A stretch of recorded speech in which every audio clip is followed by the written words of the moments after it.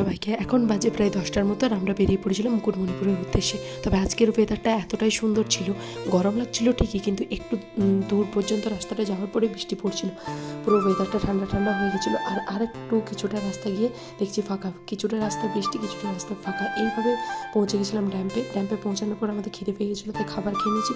আর খাবার খাওয়ার পরে বোটিং করার জন্য আমরা বেরিয়ে পড়েছিলাম। বোটিং করার জন্য আমরা 3টে প্যাকেজ বুক করেছিলাম। একটা প্যাকেজ হচ্ছে ডিয়ার পার্ক আর সোনার বাংলা পার্ক।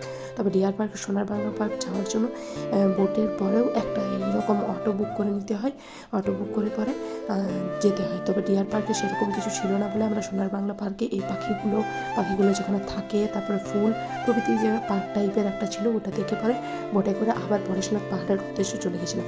পরেশনাথ পাহাড়ের সিঁড়িগুলো উঠতে উঠতে গরমের মধ্যে হালত খারাপ হয়ে গেছিলো। পরেশনাথ পাহাড়ের উপরে একটা শিব মন্দির আর একটা পৌরাণিক কিছু ঠাকুরের মূর্তি ছিল, সেগুলোকে দেখে আবার বোটে করে আমাদের যেখানে গাড়ি রাখা ছিল সেখানে চলে এসেছি। তারপরে গাড়ি করে বাড়ি চলে এসেছি। এটাই হচ্ছে আমাদের পুরো জার্নিটা। কেমন লাগলো জানাবে সবাই। দেখা হচ্ছে পরের ভিডিওতে।